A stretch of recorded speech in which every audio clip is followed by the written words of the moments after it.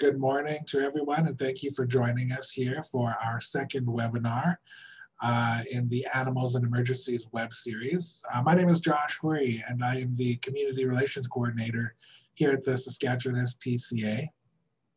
I would actually like to start off this morning, again, by thanking everyone who has helped to prepare for these webinars, specifically those in the planning committee. So again, thank you to Ravneet with Sask Pork, Marianne from the Saskatchewan Cattlemen's Association, Tennille from the Saskatchewan Poultry Council, and Lorraine from the Saskatchewan Veterinary Medical Association, and from our office here, Crystal and Sandra.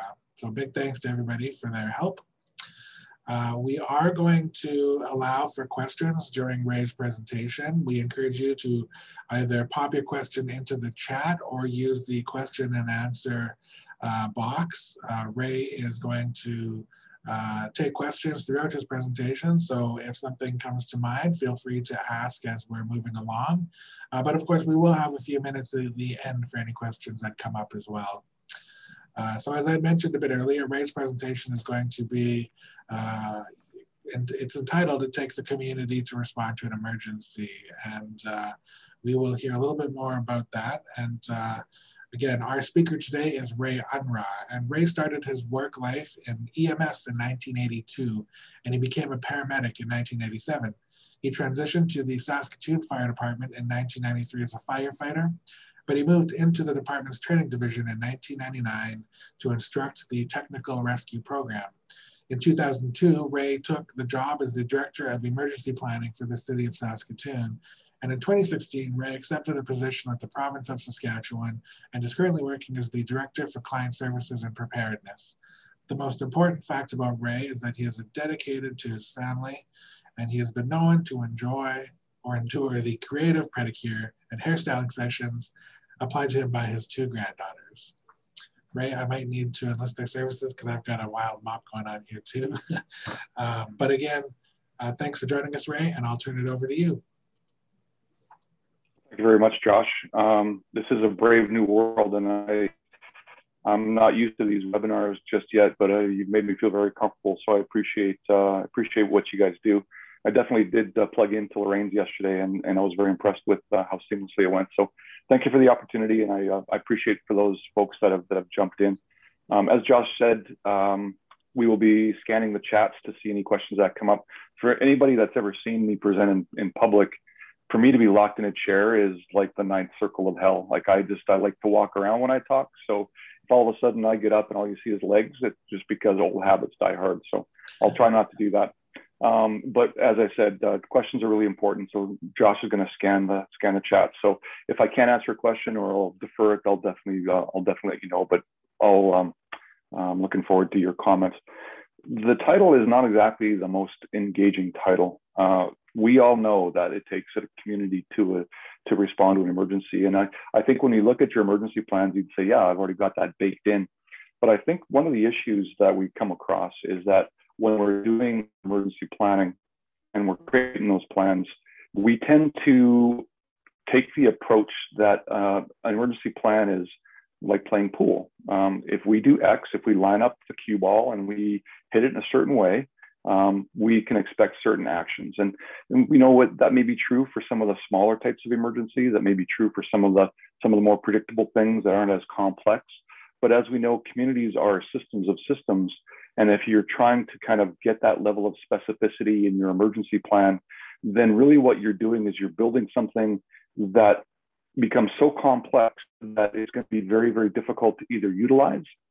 Who's going to be pulling along with them a binder of 10,000 options for reaction to X? So we need to recognize that when we're planning, we don't need to plan with such level of specificity that covers all eventualities. We need to plan with the idea that we're covering the all hazards, which is the buzzword nowadays, and we're able to kind of make sure that it's a usable plan, both in its form and function. Carrying it under your arm, on your phone, whatever your needs are, that the plan does that. And I think some of the things that we need to do is evaluate our existing plans, or if we're starting planning from scratch, is we need to evaluate the very basics, because what we don't want to end up with is that 50 that 50 volume set of emergency planning options. And I think to do that, to recognize the fact that we have a plan, our plan is comprehensive, but it's not complete, and that we need the community to help us kind of fill in those gaps. So in order for us to be able to evaluate how our plan is actually functioning within the context I've just made, we need to start almost right back at the very beginning, not blowing up your plan, but just evaluating your plan. Or if you are starting from scratch, then considering these things as you're writing your plan. So the rest of this presentation is going to kind of cover those, what I think are the core issues around making sure that your community is able to kind of support you in your emergency response. We're going to talk about the definitions of emergencies and disasters. I don't want to be boring about it, but I think there's some really good meat for us to bite into here. We're going to be talking about the 4 pillars of emergency management. I think you've all seen those pillars before, but again, from the context of how do we actually utilize those pillars of emergency management to ensure that our plan is accurate, succinct, and ties in all of our different stakeholders.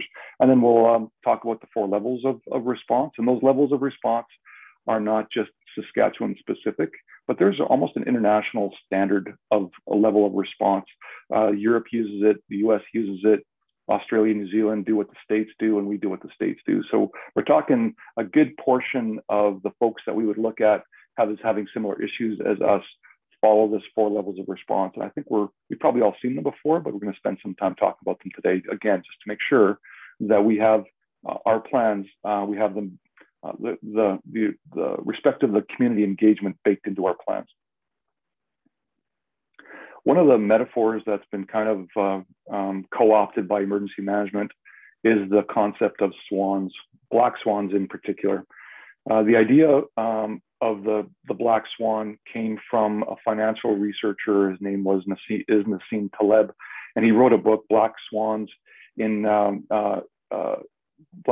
Impact of the Highly Improbable. And what he suggested is that there are random, unexpected events that are almost nearly impossible to predict. So if we were to try and create plans that predict all eventualities, we're going to fall short, both in the complexity of some of these unforeseen things, but also in the magnitude of these unforeseen things. So we're very good at planning for floods. We're very good at planning for fires. We're very good at planning for power outages. But when those things all combine and you now have a black swan of a flood during a fire with a power outage, did you actually try to write a plan for that? Because that would be magnificent in the amount of paper it would use. So we have to recognize that emergency planning is really critical for those swans that we can see and anticipate, but we also have to be able to work in the black swan eventuality. Let's take what Lorraine was talking about yesterday with Fort McMurray as an example, or the city of Calgary flooding, or some of the big events that we had, northern fires and evacuations in 2015 in Saskatchewan. And even the Burstall event she mentioned yesterday had that kind of that taste of a black swan.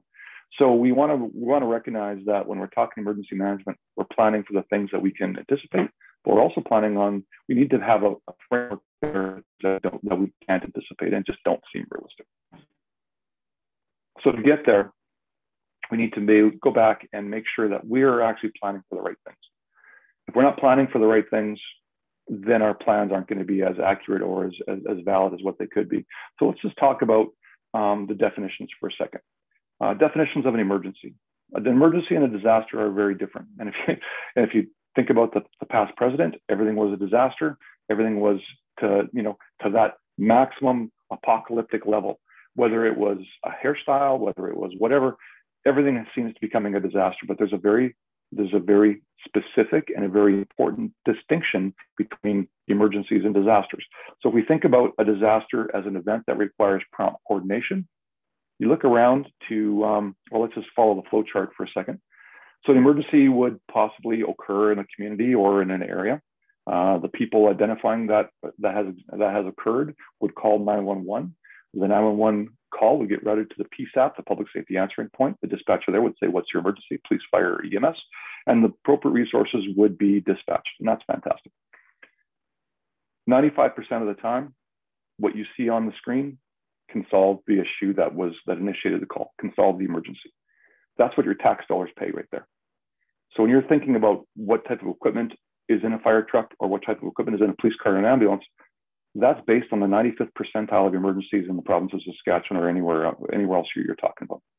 From a fire perspective, our standard is that we want to be able to respond anywhere within 4 to 6 minutes. From an EMS perspective, in urban settings, to be anywhere within 9 to 15 minutes, and within a police setting, anywhere within about 5 or 6 minutes. So we have those standards, and that's how we staff, and that's how we build fire halls, and that's how we build police stations. Is how we hire staff to make sure that we hit the 95th percentile, but also dig into what's in those vehicles. What's in the fire truck is, if you've ever opened up a fire truck, every bin is jam-packed, and it's jam-packed based on either the policies of the province or the experiences of the local fire department. If they've been to something last year that didn't have a piece of equipment for, they'll buy it and put it on the truck. And so it's very much the equipment that they have is experiential. They'll build it based on what they think they need. But an emergency is something that we have experience for. Emergencies are something that we've seen before. A disaster is different. A disaster, what I've highlighted there, is an abnormal situation that exceeds normal procedures. And let that sink in for a second. You're not going to buy your way out of a disaster. It's never worked before. It's never going to work again. If you think about what happens in the States, they have warehouses dedicated, massive warehouses dedicated to just logistics equipment. So FEMA, or Homeland Security, they have massive warehouses. I had a picture, I didn't put it in here, but warehouse number 47 in Louisiana. Massive warehouse with nothing but equipment that can be shipped out. They still have disasters in Louisiana. They still have hurricanes that overwhelm the system. You'll never buy your way out or have enough shiny tools to be able to solve a disaster, because a disaster is an abnormal situation that exceeds normal procedures. So if you follow that same flow chart, emergency happens, 911, PSAP, what's your emergency? Let's assume that all three agencies arrive on site. You still have something that is an abnormal situation. So you're not going to be able to count on the equipment or count on the policies and procedures of those organizations to be able to meet the needs of that abnormal situation, because it exceeds normal procedures. So what types of things could exceed normal procedures? An incident that has a more than normal amount of people impacted. An incident that would require more than normal amount of resources. If you take all 6 ambulances from your district and put them on this car accident, there's no other ambulances anywhere in that jurisdiction. You need to find some more ambulances. You have some abnormal situations going here. The other thing would be something that would impact the community in an abnormal way, either massive impacts or just really unusual. So that is a picture of the Fargo floods back in the late 90s. Who owns that problem? Think about that. Who owns that problem? Everybody, police, fire, EMS, public works, they all like to go onto scenarios where they own that problem and they can do their own thing. This is a situation that flooding, that's a situation that requires City Hall, it requires health inspectors, it requires public works, it requires evacuation, it requires, you name it, a whole myriad of types of agencies that need to all of a sudden work together in these abnormal situations. Are we trained for that? Possibly. Do we practice that? Maybe. Are we equipped for that? No. So the difference between an emergency and a disaster is that an emergency is what we are trained to do, what we're equipped to do based on 95% of the incidents that we see. A disaster is an abnormal situation. And then you add onto that a black swan, that's a disaster cubed. That is the next step. So if we're thinking about disasters, and this is not part of the definitions, but there's blue sky disasters and there's rainy day disasters. A blue sky disaster is where your organization has been slammed by X, a fire, a wind event, something, but everybody else around you is still able to function and give you a hand. Then there's the rainy day emergencies, where you're slammed by the incident, but everybody else is slammed by the incident. That's where it gets challenging with your memos of understanding, with your mutual aid, all the things you were expecting in your emergency plan suddenly are not there, or are significantly delayed or reduced in their efficiency. So disasters are abnormal situations you'll never buy your way out of.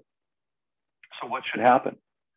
Well, when police, fire, and the EMS get on site and they realize and they recognize, and that's a big if, sometimes it's hard to recognize that these are not emergencies, but in fact disasters, because they build slow, or the people on site don't have the line of sight to be able to identify that this is a critical or a disaster, to use the terminology. But if they do recognize, what they should be able to do is immediately contact their emergency coordinator. That's your local EMOs.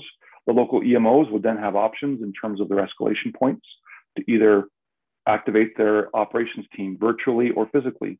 contact the administrators to be able to see what type of administrative or elected officials help or support that is needed.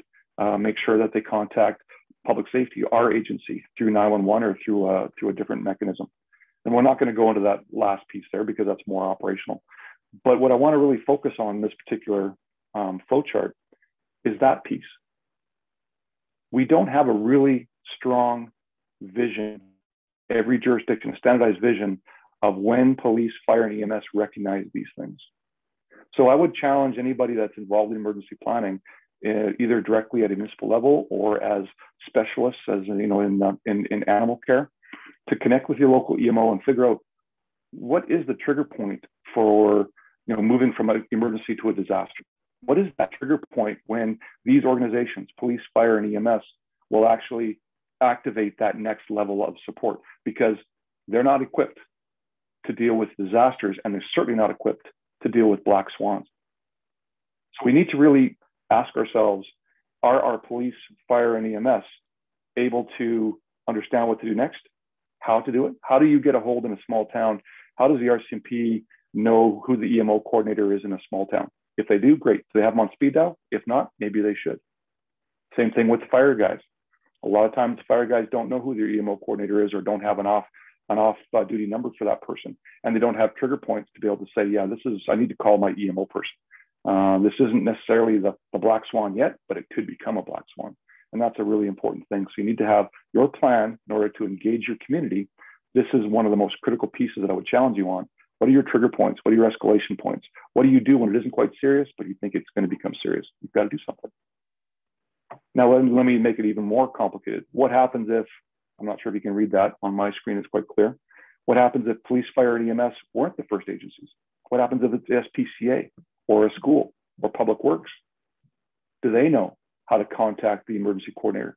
Do they do it through the fire department? Do they do it right to the coordinator? Chances are this is a more realistic scenario. You could be the first ones on the scene and recognize a large building event. And who do you call?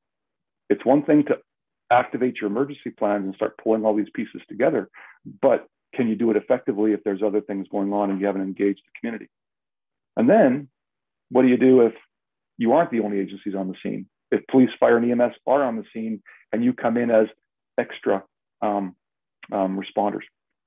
And I think Lorraine did a very good job of talking about some of the challenges yesterday, responding into Fort McMurray. We'll make sure you contact the local EM, because if you don't, you're going to get stopped at the barricades. Same thing with the northern evacuations in 2015. What happens if you're not part of the process? You don't get into the community.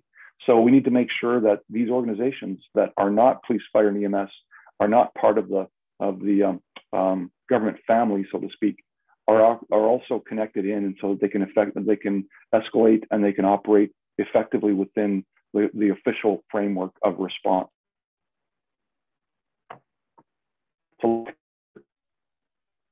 that's why I showed that picture at the very start of those two ladies with that huge book. If you actually decided to try and solve these things, the algorithms and the org charts and the decision points would become so complex, it'd be very difficult for you to manage that. So back to the book by Nassim Taleb. He quoted a researcher from 1978 to say that to correctly compute, the little picture that we saw was 2 balls. That guy computed 2 balls. To correctly compute the 9th impact, you need to take into account the gravitational pull of someone standing next to the table.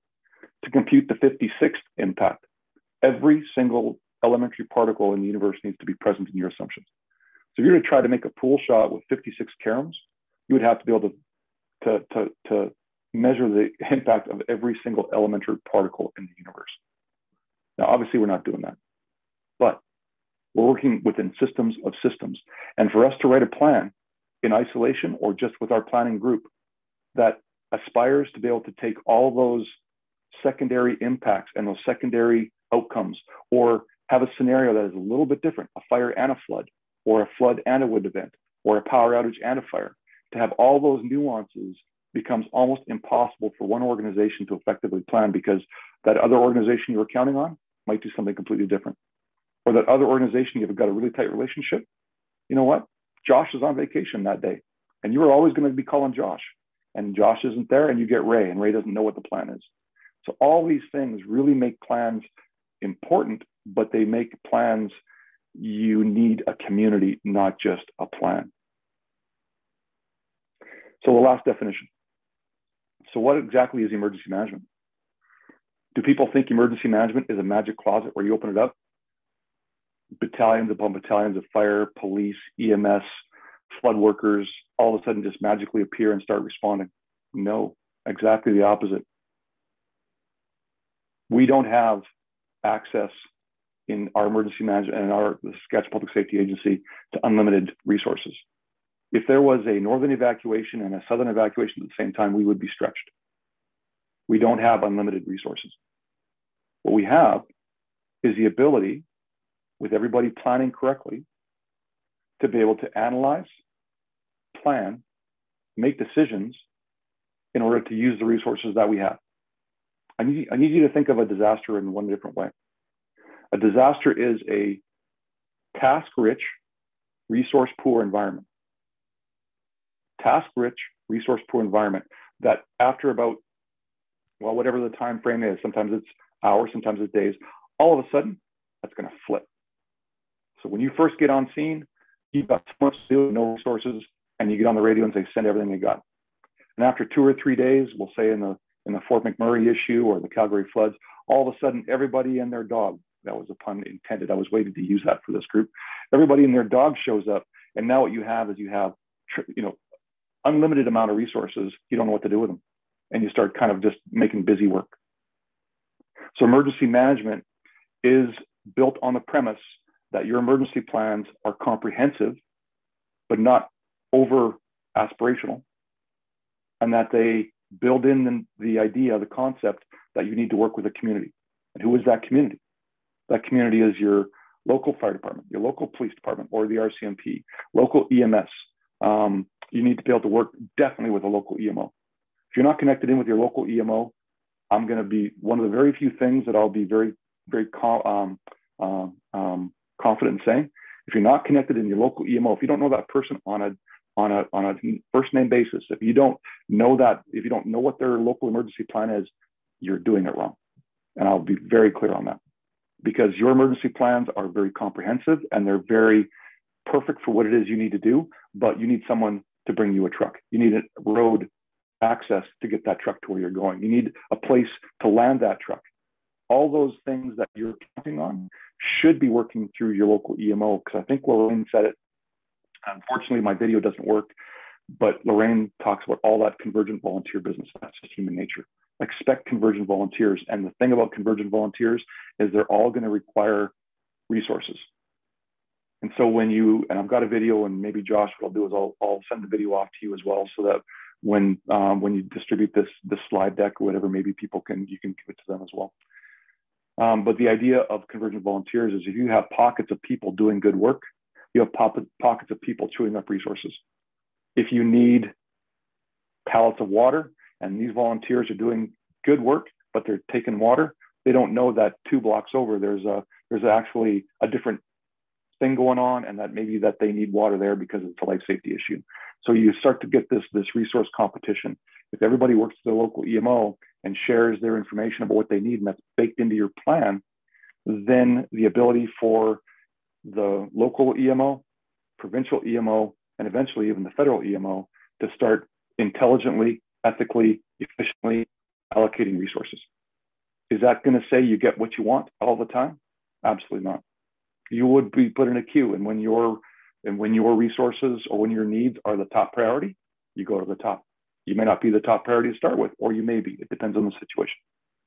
But we need to have that ability for you to recognize the difference between the emergency and disaster, recognize who to communicate, recognize how to tie into local EMs. That's how you get making sure that your emergency plan capitalizes on the community and not just on your your comprehensive plans. Because emergency management, at the end of the day, it's information management, and it's information management followed up by ethical decision making.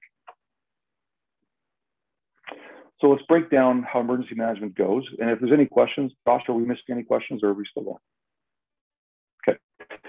So emergency management, this probably looks like a familiar model, so I don't want to actually belabor it. If you guys, maybe just give Josh a heads up. If you want me to go spend some decent time on this, I will. Or if you want me just to skip through it, and we'll just take the aggregate responses. If there's no responses, I'll just follow the slides. I don't want to beat you up with stuff you already know. So the pillars of emergency management, how do we do the job we're doing? Well, it's been helpful to be able to pull apart kind of the process for plan building into kind of 4 different pillars: preparedness, response, mitigation, recovery. Prevention and mitigation, there's a lot of debate on what order they should be in, and really there is no order. Today we're doing preparedness stuff. That's fantastic. Maybe you're right now, maybe you're also in the process of coming up with some type of new bylaw process for pasture management that's going to reduce fire impacts for agricultural needs. Well, that's mitigation stuff. So there's no real one particular phase. There's activities that kind of fall within these kind of realms. So the activities for mitigation and prevention have to do with land use management, public education, maybe damming and diking to prevent flooding. Duff Ditch around Winnipeg was a fantastic example of mitigations issues, but it's also an example of maybe not doing it most ethically, because when the diking went up and Winnipeg protects itself from flooding, then the folks upstream get flooded. So the solution was definitely made from a financial perspective, but it didn't necessarily ethically consider the impacts of those mitigation hazards on smaller communities in the impact area. So mitigation can be a bit tricky. The preparedness phase, that's what we're doing today. Hopefully you recognize the acronym HRVA. I'll talk a little bit about it later. Hazard risk vulnerability assessment. If we don't do a hazard risk vulnerability assessment in our emergency plan, we don't really know what we're planning for. So we have to have an organized process in your plan that identifies what your hazards and risks are, and then what the vulnerabilities are. So we'll talk a little bit about that. But again, something to go back and look at your plan on to make sure that you have that element in your plan. Maybe what you can do is you can borrow it or just plagiarize it. I'm sure no one would mind from your local EM. If you have a good relationship with them and they have this written in their plan, chances are your HRVA will be the same as theirs. So not to reinvent the wheel, but make sure you know what you're planning about. I'll give you an example of that. I was working with a local EM person probably about 15 years back, and her plan was comprehensive. It was that big book I was showing you at the start. So it wasn't exactly that book, but it was relatively in the same amount of paper. Like we're talking volume 1, volume 2, volume 3. And in one of her books, she had actually in there, one of their hazards was a meteorite shower. Yeah, well, fair enough. Could happen, but how much time and effort do you want to actually go and plan on that? And then the idea of all hazards kind of also negates the need for that specific contingency plan. A lot of the impacts from something like that would be the same as an evacuation or fire or something else. So we had a good back and forth. I didn't want to blow up the work that she had done. It was a really comprehensive plan. This is what we're going to do. But at the same point in time, what you have to recognize is if you don't have an HRVA to start with, then your emergency plan tends to wander around and kind of pick up hazards that maybe you don't really need to worry about right now. So have an HRVA to start with. And the HRVA is built on these pieces. At least this is the emergency management approach to it. Business continuity is a little bit different. With the hazard, that's kind of what is the threat. And this example, if you can read that, that's the tornadoes. What's the risk? So what's the chance of it happening? That's that middle column. The risk is the probability of occurring. And you can see from that map from Government of Canada that we definitely, in the mid to lower half of Saskatchewan, we definitely live in tornado alley. So the risk of a tornado, the hazard of a tornado, is a good chance it'll happen in Saskatchewan. And then if we're talking about vulnerability, in a rural area or an urban area, that would be different. So there's a little picture of the downtown core of Saskatoon. And, if there's a tornado and it affects the downtown core of Saskatoon, we would expect the vulnerability: flying glass, flying branches, overturned cars, blah, blah, blah. I don't think it would ever happen in downtown Saskatoon. That's not how tornadoes work, but this is the example that I would give. So you want to be able to look at the hazard, the risk, and the vulnerability. And then once you understand that, now you've got a really good idea about what you should be doing to plan, how you should plan for that, both internal to your organization, and then how you reach out to the community. And I bring up response because people tend to forget the landscape of what response is. Response is not just when the fire truck arrives. Response is not just when you arrive on site with a cattle trailer full of kennels that you can start pulling animals and start relocating. Response starts with recognition of the emergency. So think of that first flow chart I showed you. Recognition. Is this something that is an emergency, or could it end up moving into disaster? Is this something, in terms of recognition, is this something that we have the right people on site, or have the right people been notified? So really, response starts with recognition, activation, and having trigger points. In the fire service, we say the first 5 minutes of your response equals your next 5 hours. And that's for an emergency. If you don't stage right, you don't have the right equipment on site, and you've got a building fire, you've just made your next 5 hours horrible. In terms of a disaster, the first 5 hours could impact the next 5 days. So when we're talking response phase, don't just think about once all the cavalry arrives. You're thinking about, also have to think very clearly about what are hazardous risk vulnerabilities? What are our trigger points? Who's going to recognize this? Who do they contact? How do we actually escalate? Because the first 5 hours is going to impact your next 5 days. Even from something as simple as setting up a staging area. You don't have a clearly defined staging area early on in your emergency. What happens is, if you can think of, here's my little hand exercising ring. If you can think of this being your epicenter, and you don't have a staging area that's going to be on this point, clearly defined to everybody showing up, you're going to have people taking this back road, this back road, this back road. And all of a sudden, to Lorraine's point yesterday, you start to get freelancing. One of the most important things to do, especially for the NGOs, is to work with your local organization to have them tell you where the staging area is. So you know, A, they're going to put the staging area where it's safe. They're going to have somebody at the staging area either soon or later on that's going to check you in. So if there is some type of billing thing you want to be able to bill with, you'll know exactly when you arrived, and they'll be able to kind of trace that back. So response phase is not just about, okay, now we're here, we got shovels, or we got the kennels. The response phase is that initial activation. I can't stress that enough. And if when you're looking at your plans, if those don't exist, if that type of discussion doesn't exist in your plans, I would suggest that could be a gap that needs to be filled. The only other pillar left in this discussion is recovery, but we're just going to take a pause from that for a second and kind of build in the response, the levels of response that I was talking about. So I've split up the bullet points I was going to talk about in order. We've talked about prevention and mitigation. We've talked about preparedness. We've talked about response, taking a pause to dig into the deeper response issues, and then kind of pull back and then do the recovery and finish off the 4 pillars. So with 4 levels of response, this is the approach that's taken pretty much internationally. And I'm not saying this to be mean. I'm not saying this to offload responsibility. What I'm saying is emergencies are like, disasters are like a domino. And the sooner that you tip over as an individual, or tip over as an organization, or tip over as a municipality, or tip over as a province, the sooner that next level has to kick in. So if you are totally unable to help yourself in a flood event, then automatically the municipality has to jump in. And when that municipality gets overwhelmed, they tip over and they have to ask for help. So when we're talking about the 4 levels of response, pretty much internationally, individuals need to have responsibility. And that individuality is me and Josh and Lorraine and whoever else. We need to know CPR. We need to have a personal preparedness kit, 72 hours in our car. We need to be able to know where our family are when there's an emergency and the cell towers go down. I need to know that my family has a reunification plan. So all that basic citizen level stuff, if that's not there, then automatically there's 100 people like me that are unprepared for this event, and we immediately need help from municipality, and our municipality tips over. So we need to look at things like a domino. This is how, and this, if you've never heard this before, this should be sobering for you, because at a municipal level or at a provincial level, we're not equipped to be able to deal with those black swans. It's difficult for us. I'm going to go back to FEMA for a second.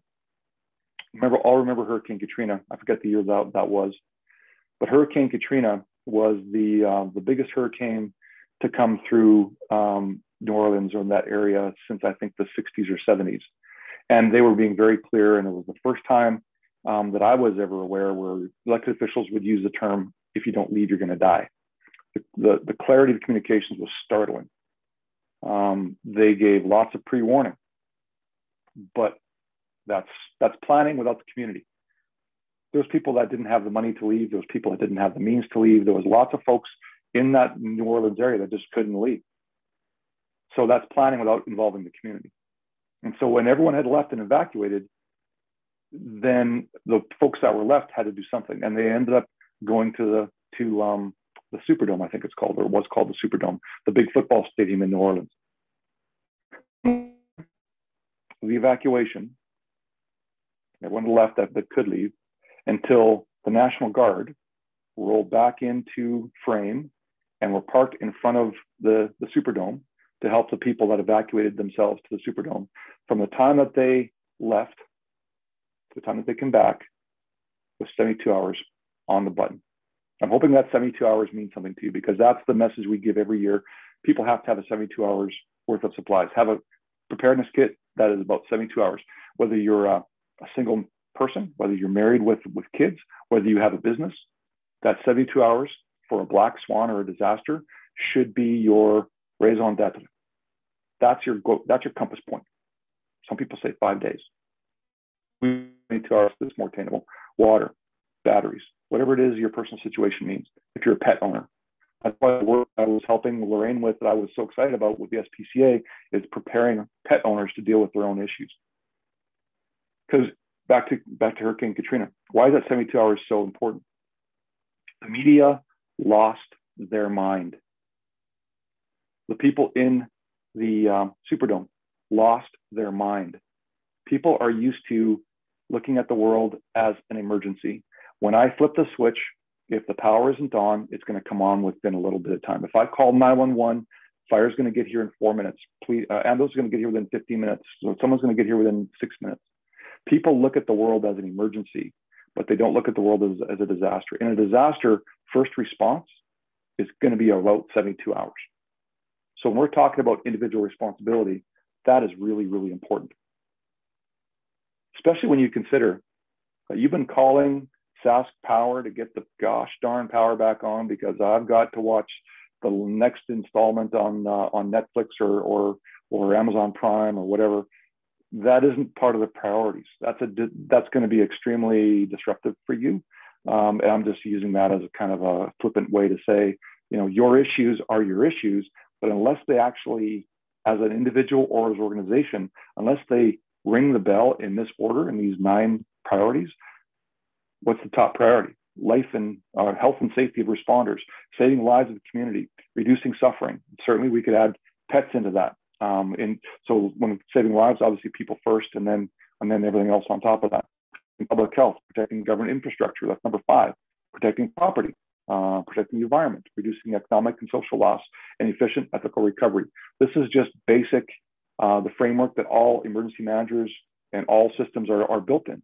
So when you're asking for something that isn't in the top 3, and we're at that early stages of the emergency, where we're still kind of figuring out what's going on, and you give us a request for masks or gloves or something else, unfortunately, where your request is going to go. It's going to go lower on the list. We're not going to be able to deal with it right away. So it's important to be able to differentiate emergency from disaster, because in emergency, you'll get help pretty quick. Disaster could be up to 72 hours. And that's not because we're lazy. It's because nobody has the tax base to provide the level of emergency in a disaster. Nobody's got that tax base. Nobody should have that tax base. You don't need one firefighter or one fire truck for every 10 people. You couldn't afford it. You don't need one police car for every 6 people. You don't need one ambulance for every 2 people. We can't afford it. And if you did afford it, chances are there'd be a black swan where that wasn't enough.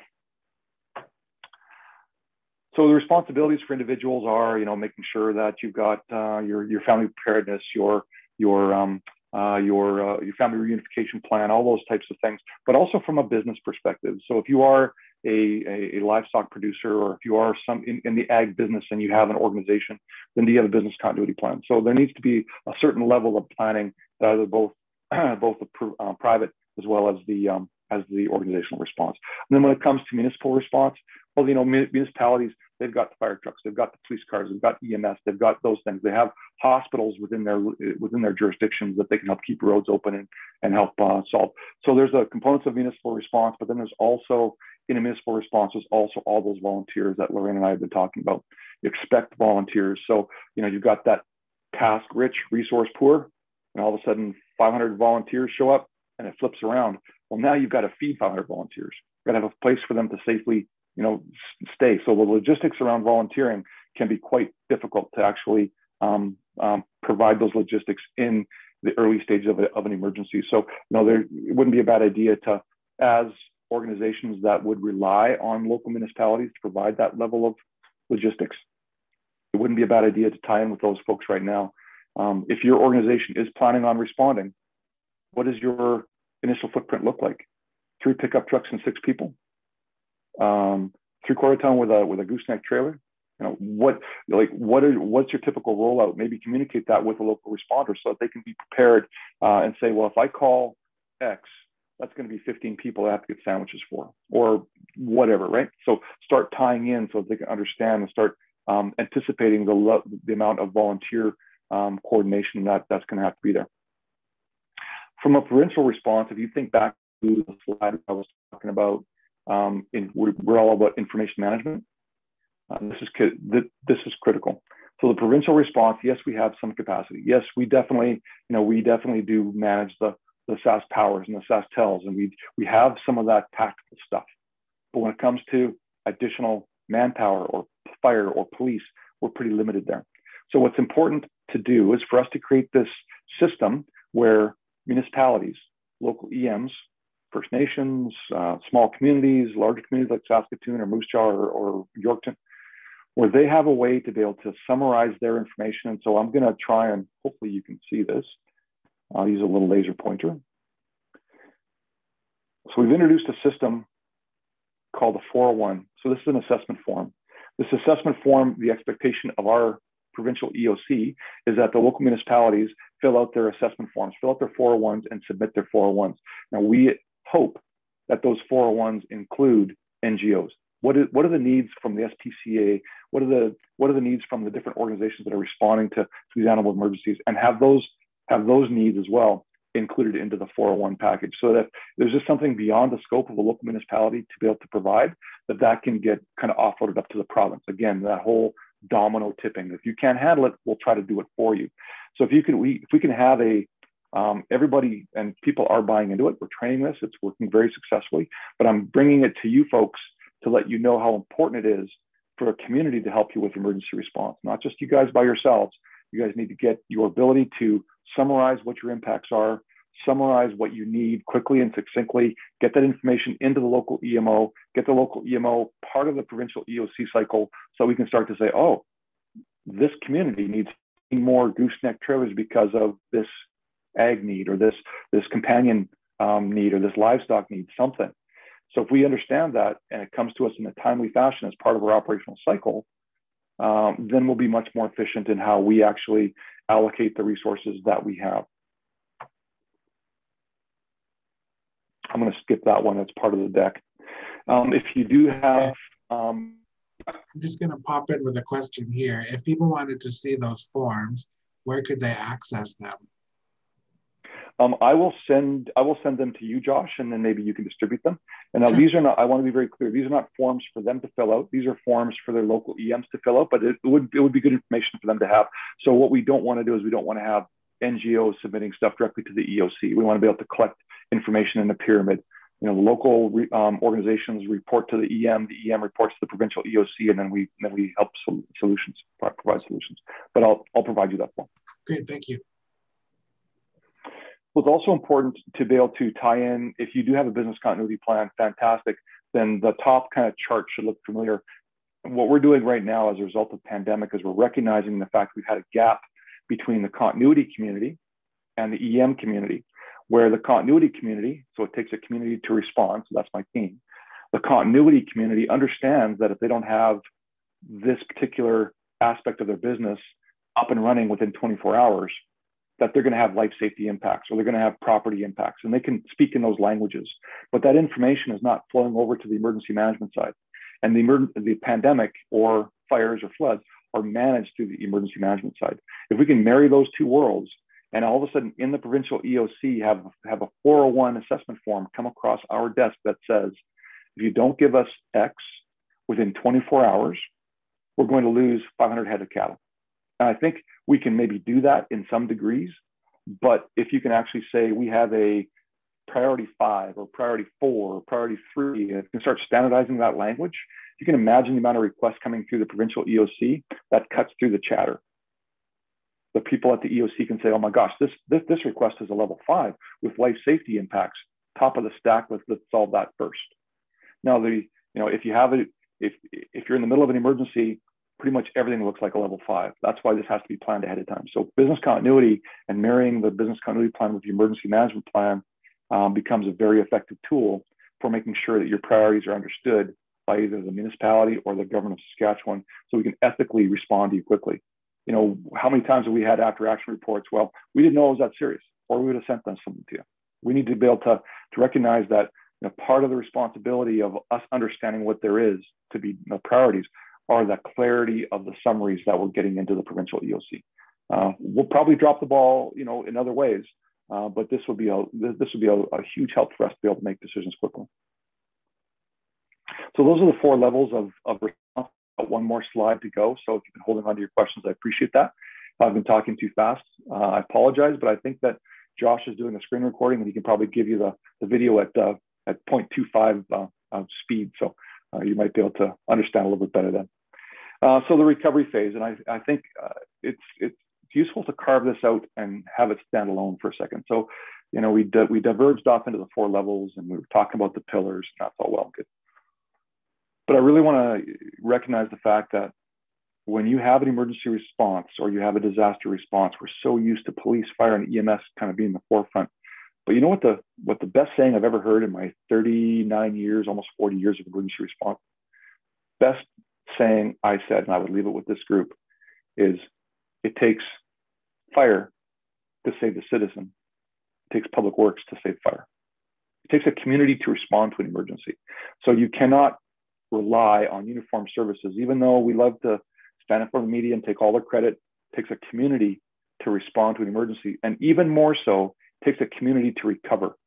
Because once you get past those life safety issues our terminology is loss stopped, once we get to the point where the flooding level is maximized and we've got the dams and dikes, and once we've got the fire stopped and the loss has been, it may still be burning, but it's not growing. Once the loss is stopped, our jobs are pretty much done. And if we haven't had a really good engagement with NGOs and these other volunteer organizations, recovery is very difficult because all of a sudden we've left all these players to kind of manage on their own within the framework, without ICS, without an EOC, without a formal process to be able to collect information, summarize information, and ethically respond to needs. So the recovery phase, I think, is completely misunderstood maybe in how we as the government of Saskatchewan should be engaging some of these organizations. And I was struck by that again yesterday with Lorraine's response, talking about in the aftermath of Burstall, all the impacts on cattle and the impacts on getting and disposing of those issues and the impacts on the local producers. You know what? And they did a masterful job of that. You guys did a great job. But if there was more support there, if we had a better recovery plan through the province of Saskatchewan, then maybe there wouldn't have been as much stress and impact on the responders, on the ag, on the SPCA and the animal-based responders. So I don't want to undercut the value, and I want to maybe overemphasize the value of having these processes in place. When you do your plan and you know how to recognize, trigger, activate, escalate, participate. I didn't mean to do that, so sorry. But at the end of the day, that's going to pay off when you get to the phase because you're part of the process. You're not discovered brand new by the local municipality. Oh, you guys have been here for 2 weeks? Didn't know that. So we need to be able to make sure that we're setting you guys up for success during response for when recovery becomes squarely your issue and not so much our issue. hopefully that made sense. I kind of lost myself there a little bit. So if there's any questions, I'd like to take those now. If you guys want to email me with specific questions afterwards, if you guys think of them later, that's fine too. My email's in there. With that said, I'll go mute and let Josh take us out, and I'll unmute if there's a question. Actually, Ray, we do have a question here. Marianne is asking, how well prepared do you think most municipalities are for emergencies or disasters? I think we can always do better. You know what? So I would say in terms of having formalized plans, I think we're doing a good job working on that. I would say we're not there yet. But then there's the human nature aspect of it. So if there is a lack of a plan and there's a vacuum there where the plan wasn't, we all can picture the people coming in and solving problems. So the impact of not being as prepared is more on the responders and the stress of the responders. The people that need the help, there's always someone showing up with sandwiches. There's always someone showing up, and we saw this with Burstall, you know, the local farmers loading up a disker or a water tank. That wasn't planned. That was the community responding to a need. That's admirable. That's heroic, but that's not what we want to plan for. So to your point, I don't think that we're in danger if I say this, because the community does respond, but I don't think that's a solution, because it causes more stress and more financial distress and all kinds of stress. So I would say that we don't have great levels of emergency planning across the province, but I'm not saying this to say that we have a danger, that our citizens are in danger. I say we have a responsibility to do better planning. We've got the mechanisms to do better planning, but we still have a lot of work to do. Great, thanks, Ray. And we have a question here as well. Does the SPCA have a plan in place for animal recovery and emergency response to something like a forest fire, where they may approach local humane societies, or local humane societies could approach them?